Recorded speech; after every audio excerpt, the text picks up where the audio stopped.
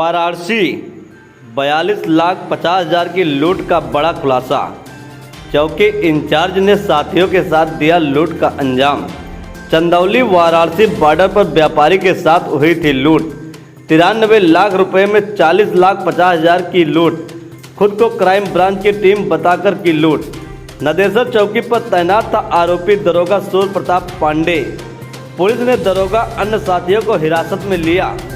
किस तरह का वर्कआउट है और क्या रिकवरी है, क्या ये विगत में 22 तारीख को एक घटना घटित हुई थी जिसमें वादी द्वारा बताया गया कि कुछ अज्ञात लोग बस के अंदर चढ़े और उनके पास रखा 40 लाख के अराउंड जो कैश है वो लूट ले गए थे। उसी में एक मुकदमा रामनगर थाने में पंजीकृत हुआ और एक special team additional DCP Kashi zone के अंडर में गठित की गई, जिसके द्वारा ये सफल अनावरण किया गया है। इसमें सीसीटीवी फुटेज और सीडीआर कॉल डिटेल रिकॉर्ड्स के बेसिस पे कुछ अभियुक्त के नाम प्रकाश में आए थे, जिसमें 2 अभियुक्त गिरफ्तार कर लिए गए हैं। एक सब इंस्पेक्टर हैं यहाँ पे जो पोस्टेड रहे हैं, उनकी भी भूमिका संदिग्ध आई है। लगातार पूछताछ जारी है। इसमें 3 और अभी अभियुक्त हैं जो फरार चल रहे हैं। अभी इनसे 8 लाख के अराउंड कैश बरामद हुआ है। 2 असले और कुछ जिंदा कारतूस इनसे बरामद हुए हैं। कितने की लूट थी ये, कितने की रॉबरी थी? ये जो इनका मोडस ऑपरेंडी है उसमें वादी ने ये बताया था कि टोटल 93 लाख के अराउंड ये कैश उनके पास था, लेकिन जो लूटे गए पैसे थे वो सिर्फ 42 लाख कुछ के अराउंड धनराशि उनसे लेके गए थे। तो जो मोडस ऑपरेंडी इनकी सामने आई थी वो ये थी कि जो यहाँ पे इनका जो मुखबिर है जो वहाँ पे वॉच करता है कि कौन कितने पैसे लेके चल रहा है, उनके पास जो टोटल धनराशि होती है वो कभी भी पूरी नहीं लूटते हैं। उसमें से सिर्फ आधी धनराशि लेकर के बाकी वापस कर देते हैं, जिसके डर से अगला जो है कंप्लेंट नहीं करता है। इसमें जो पुलिस की भूमिका जो सस्पेक्ट के तौर पर या क्लियर हो गई है और कहाँ पे वो किस पोस्ट पे कहाँ पे तैनात थे, क्या भूमिका इस रॉबरी में रही? अभी ये सब इंस्पेक्टर यहाँ पे एक चौकी पे तैनात थे। अभी इनसे पूछताछ की जा रही है, जो भी हमारे पास एविडेंसेस आए हैं और विवेचना का, क्योंकि ये अभी विषय है और सरकारी कर्मचारी हैं ये। इस तरीके से बनाया जाता है, बताया जा रहा है कि लगातार चौकी साहब जो है वो उसमें पूरी तरह से शामिल हैं।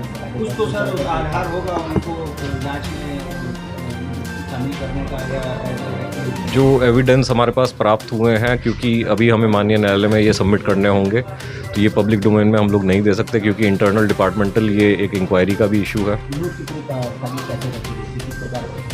जैसा मैंने बताया, मोडस ऑपरेंडी ये रहता है कि इनका जो एक आदमी है वो मुखबिर बन के जहाँ पे भी जो व्यवसायी होते हैं उनको वॉच करता है कि कौन कितना कैश पर डे लेके जा रहा है, और उसी में ये लोग उसको किसी रास्ते में जाते वक्त पकड़ने की कोशिश करते हैं। उनसे फिर जो टोटल धनराशि है वो ना लूट करके आधी धनराशि या अराउंड 50% या 60% धनराशि अपने साथ ले जाते हैं। तो क्या बताते थे ये अपने आप को बताते हैं कि हम लोग क्राइम टीम है, हम लोग आपकी चेकिंग करने आए हैं, हमें संदिग्ध सूचना मिली है कि आप लोग कुछ अवैध चीज़ें लेके जा रहे हैं।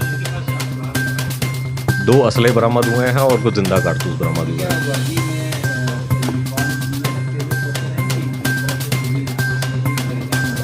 इसकी अभी पूछताछ की जा रही है कि कहाँ कहाँ हमारे को फुटेज मिल पाएगा जहाँ पे ये वर्दी इन्होंने यूज़ करी है कि नहीं करी है।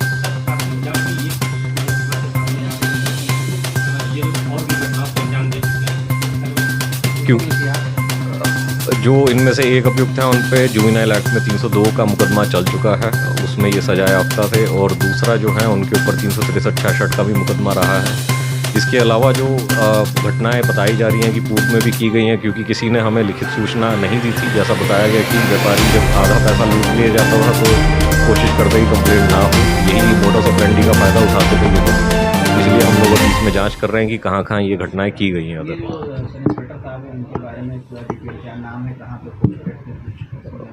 वो आपको जो प्रेस नोट प्रदान किया गया है उसके अंदर पूरी जानकारी है जहाँ जहाँ ये रहे हैं। लगातार ये टच में थे घटना के दिन और उससे पूर्व में भी, यही अभी जानकारी आई है, और बाकी जो विवेचना में हमारे पास आएंगे संज्ञान में तथ्य उस पर कार्रवाई की जाएगी।